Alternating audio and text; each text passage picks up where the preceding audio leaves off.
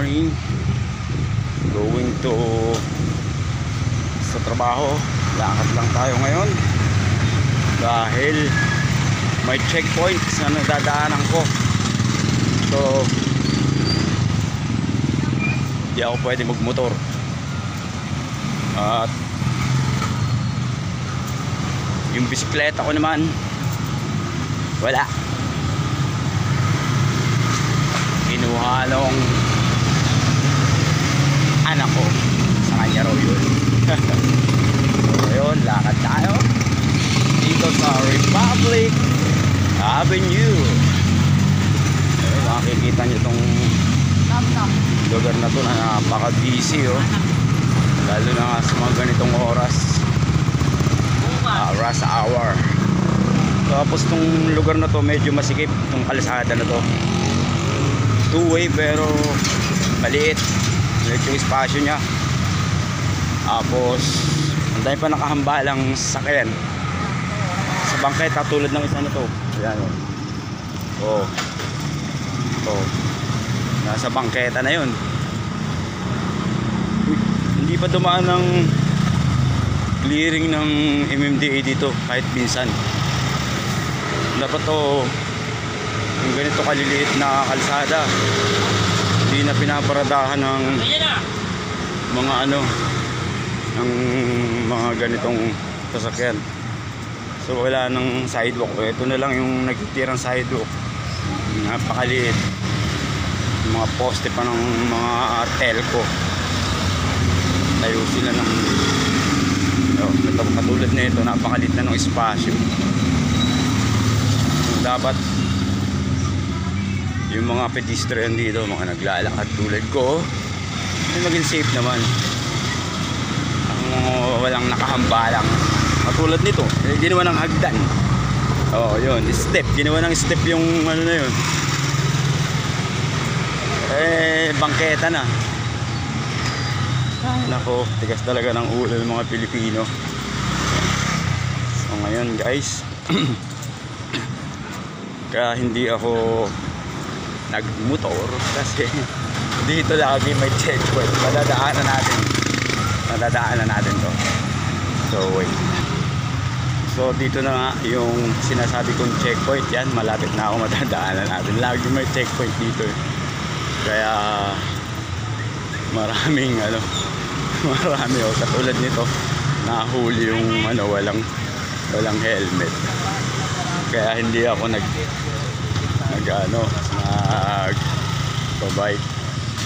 Ayan, ay nagmomotor kasi nga may huhuli. Kaya katulad nun, yung mga nanghuhuli. May nahuli isang walang helmet. Wala na nga lisensya, wala pang helmet. Doble-doble yung violation. Naka-tsinelas pa, naka-short.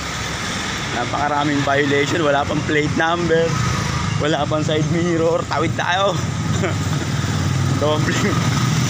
Hindi lang doble yung violation and violation. Kapag biruin mo yun, kapag nahuli ka ng ganun, nako, huwag mo nang tubusin yung motor mo. At yan laging may dyan, may checkpoint. Pero awa naman ng Diyos, hindi pa ako na para dyan kasi pag nagmumotor ako at alam kong malayo yung pupuntahan ko, kinokompleto ko yung mga dapat kong isuot bilang isang motorcycle rider. Sa lahat nagmumotor dyan, para hindi na kayo maabala, ayon yung maabala tulad ng may mga checkpoint, sumunod na lang kayo sa batas, sa tamang paraan ng pagmumotor. Hindi na kayo maging pasaway. Nagsusuot tayo ng helmet, magsuot tayo yung magandang helmet for safety na rin yun, para na rin sa atin. At maging mahinahon tayo pag nasa lansangan tayo, lalo na tayo mga nagmumotor. Alam mo naman ngayon sa mga road rage, maraming aksidente ng motor na hindi aksidente kundi marami nagkakaanoan ng ulo, mahiinit ang ulo. Minsan nauuwi sa sakitan. Mayroon pa nga napapanood natin sa mga social media, nakamotor, binaril. Binaril ng nakakotse, binaril ng kapwa rider. Mahirap sa mga maiinit ang ulo. Kaya sa lahat ng mga kaibigan nating rider dyan, mga nagmumotor, maging kalmado lang tayo. Iwasan natin yung mauwi tayo sa ganung gulo. So nandito na tayo sa Republic pa rin, going to North Republic Avenue. Mahaba tong Republic Avenue ito eh, mula Commonwealth hanggang dito sa going to Quirino, sa Uyo Road na to. Alam ko, Republic pa rin. So ito, tinatsaga akong lakarin to. Mas maganda na rin yung minsan eh, naglalakad tayo para na rin ehersisyo. Gandang exercise yun. Hindi yung lagi na lang tayo nakasalambak sa motor. Konting kilometro lang nang pupuntahan, napakalapit na distansya, magmumotor pa. Bibili lang ng suka, magmumotor pa. Ay nako, no, wala namang motor, lakad lang ng lakad. Nung nagkamotor na, motor na lang motor. Syempre, di ba? Para ano pat bumili ka ng motor kung maglalakad ka. Kaya nga bumili ng motor eh, dahil sasakyan. Pero hindi dapat naman. Kailangan lumakad din tayo, galaw-galaw din tayo. Baka ika ngay, baka ma-stroke. Di ba umuso yun? Galaw-galaw, baka ma-stroke. So dapat minsan lakad-lakad din tayo para hindi ma-stroke. So eto, Republic Avenue, nakambala pa rin ang mga dito, mga sasakyan, mga tam nyo yung parting bahagi, kanang bahagi, maging kaliwang bahagi. Ayan, mayroong mga nakaparadang tricycle, may nagtitinda. Tapos dun sa kaliwang bahagi, ano yan, ano bang tawag dito, dump site. Tambakan ng basura. Tambakan ng basura. Itong kahabaan ng Republic na ito, dahil ito nga eh Islam area. So marami dito ang mga nakatira, maraming naninirahan. Ika nga dito sa Maynila ay squatter. Okay, ayan sa kabila, puro basura. So diba, puro basura yan. So doon, meron din dyan doon, tambakan. Ganon din. So ganito ang area na to, ng lugar na to. Ang pinakamalawak yatang ano bang tawag sa ganito, yung mga squatter kasi parang napakapangit pakinggan. Quezon City yata may pinakamalawak sa buong lungsod, sa buong NCR. Ewan ko lang sa buong Pilipinas kung anong pinakamalawak naman. Ganun. Ayan, may basura pa rin dyan. May basura pa rin. Oy, anong balita? Okay na yan, benta mo na yan. Oo. Isa kong katropa. Isang katropa na na kalalaya lang sa kulungan. Taga rito yun sa Lilac, si Bonjang. Siyempre tropa alam mo naman tayo, friendly. Tinawag pa akong sir. Walang ibang trabaho yun kundi mga lakal. Tsaka barbero yun, barbero. Kasi yung trabaho niya sa loob, doon sa City Jail. Ano yun, 5 buwan makukulong o 1 buwan makakalaya. Balik na naman. Ganon siya katindi. Pinagsasawaan ng yan, City Jail. Pero wala rin, pabalik-balik. Mas masarap pa daw ang buhay niya dun kasi libre kain. May kita pa siya. Dito nga naman puta, nangangalakal siya, nangunguha ng mga kung ano-anong mapapakinabangan niya, mga kahoy. Eto pa, may mga basura pa rito. Ayan ayan hanggang dun. Oh. Tapos, ganun pa rin. Yung eksena, nakahambalang pa rin yung mga sasakyan. Dito. Oh, itong basura na to, parang construction materials yung mga pinaganuhan niya, no? Yan, oh. Yan nila tinatambak diyan. Ayan, oh. Biruin mo yan, diyan itatambak sa kali. Dapat aksyonan to ng ano, city government ng Quezon City o kaya ng Barangay Fairview. Ay, Pasong Tamo na yata yung kabila. Barangay Pasong Tamo yan. So dapat aksyonan nila yan. Hindi nila pinababayaan. Kasi naman pag nilinis nila yan, o malinis na ngayon, kinabukasan, gano'n na naman. Dumi na naman dahil sa mga basura na itinatapon ng mga walang disiplina sa pagtatapon ng basura nating mga kababayan. Hindi dapat gano'n na maging disiplina tayo sa pagtatapon ng basura. Hindi tayo tapon ng tapon dahil yung basurang tinapon mo ay baka bumalik din sa'yo. Yun yung sinasabi sa mga kasabihan. Tama nga naman. Naalala niyo pa ba ng Undoy? Naalala niyo pa ba yung mga kalamidad? Yung mga pagbahang malalakas dito sa Metro Manila? O di ba yung basura ng mga tao bumabalik sa kanila, inaanod papunta sa bahay nila. Kaya gumaganti yung kalikasan. Kaya maging disiplinado tayo sa pagtatapon ng basura. So mga lapit na tayo. Nandito pa rin tayo sa Republic. Mga ilang metro na lang.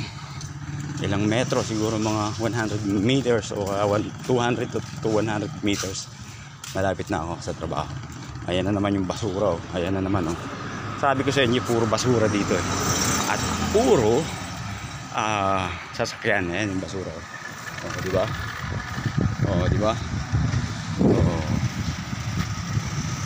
Oh. Yes, dami ng tao rito. Halos yung bangketa rito pinuno na ng basura. Ganyan katindi rito. Pag hindi basura nakatambak sa kalsada, kung ano-ano. Tulad nun, may mga gumagawa ng upuan. Bangketa yun, ha? Di ba? Nanawagan po kami sa lokal na pamahalaan ng Quezon City. O baka sakali mapanood niyo itong vlog ko. Yun lang naman. Wala naman ako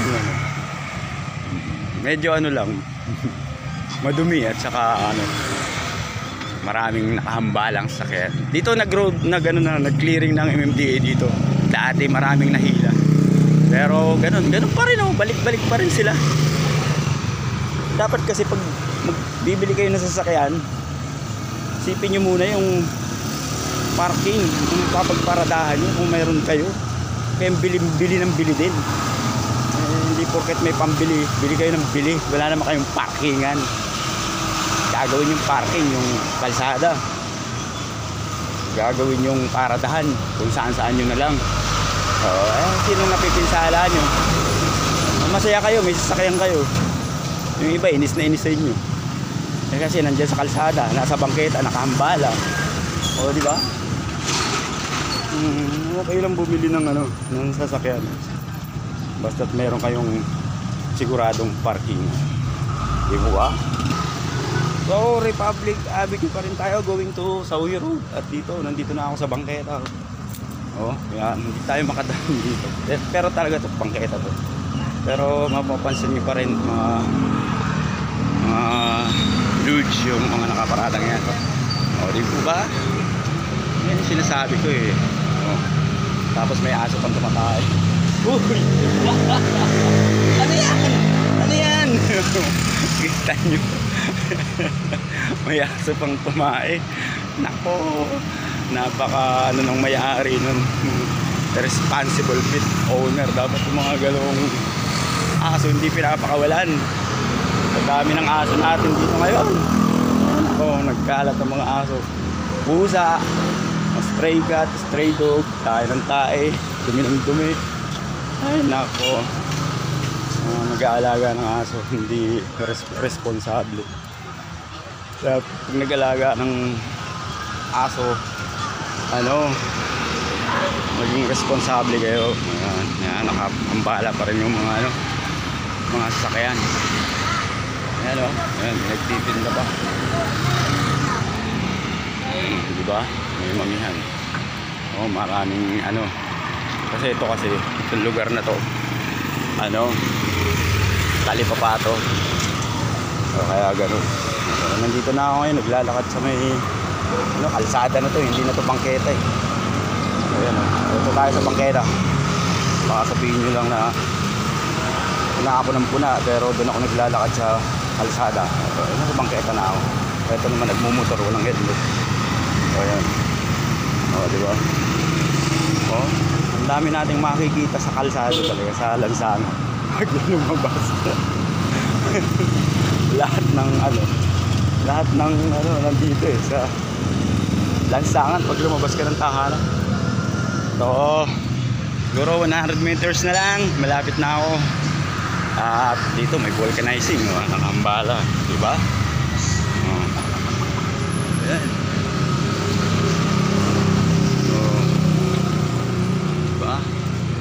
Yan ang ano. Yan ang Quezon City. Sa Marikina, ang ganda ng lugar nila doon. Napunta ako doon. Kumpara mo dito sa Quezon City. Talagang ano sa Marikina. Maganda, malinis yung kalye nila, yung mga bangketa nila doon, walang nakaparada. Walang nakakalat. Maganda ang ano ng Marikina. Ay sa Pasay. Lalo na sa Pasay. Sa Manila, ganun din eh.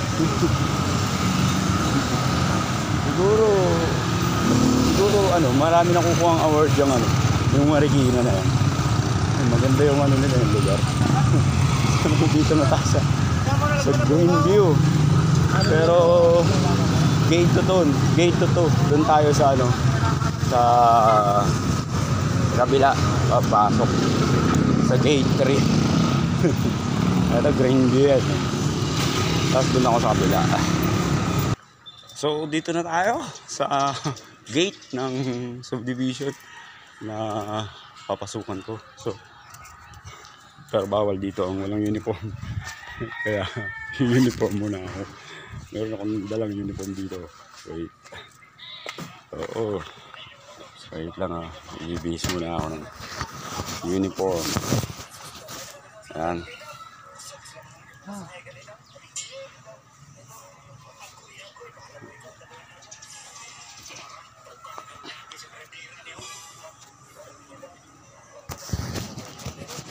Ayan, nag-uniform na ako.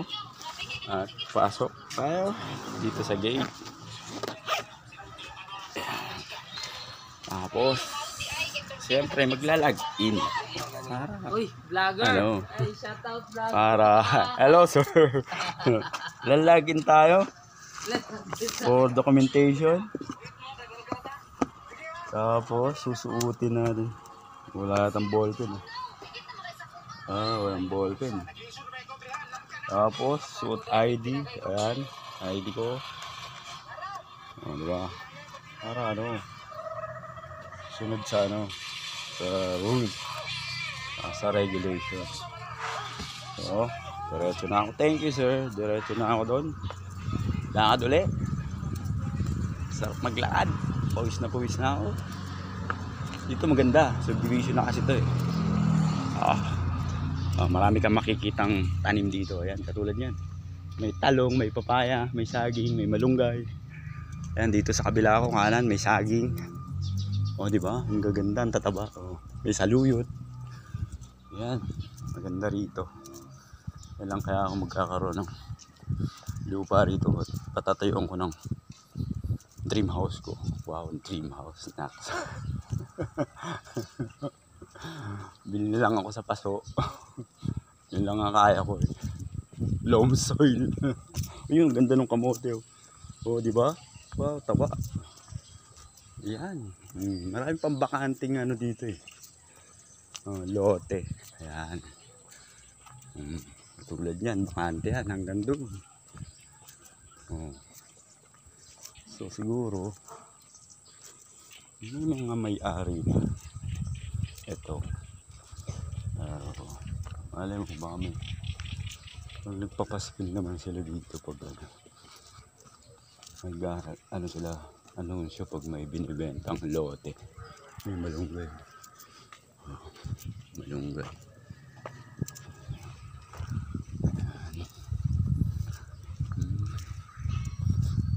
Dito na tayo sa Green Hills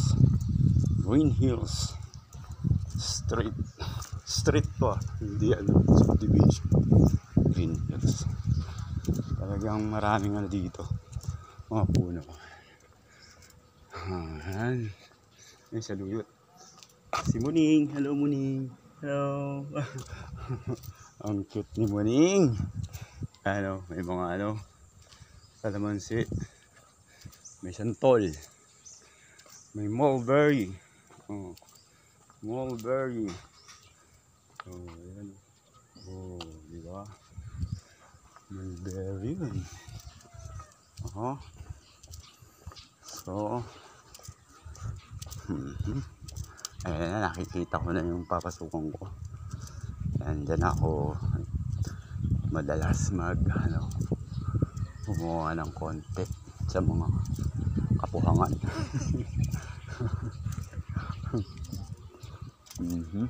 Nakatambay na yung mga kasamahan natin dito.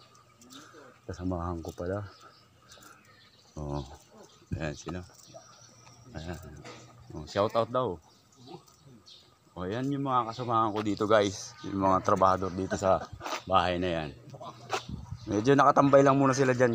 Ganyan talaga ang gawa nila bagay wala pang trabaho. Hindi pa nag-uumpisa. Tambay muna, relax and chill. Ayan, may nagtututbrush pa. Buti naisipan mo magtutbrush ngayon. Yan si the masonry expert. Toothbrush pa yun. Isang buwan nang di nagtututbrush yun. Ay, hey, what's up? Yan po ang trabaho niyan dito. Magkape. Ayan, magkape ng magkape. Hi, my friend. Oo, ayan Good morning. Kamusta? Ayos lang. Yan. Mamaya, wala. Yan ang ginahan. Humanda ka, Mayor! Tuesday. Dito sa GTV. Alam mo ba kung sinong nun? Sinong bida? Si Aga Mulak at saka si Chris Aquino. Hindi pa, buhay pa. Mayor, shout out. Mayor, hi! Hi! Ay, puta, linis na naman ang So, yan muna guys. At nandito na ako sa aking trabaho. Sana, ang haba pala, Okay, goodbye. Bye-bye. Love you.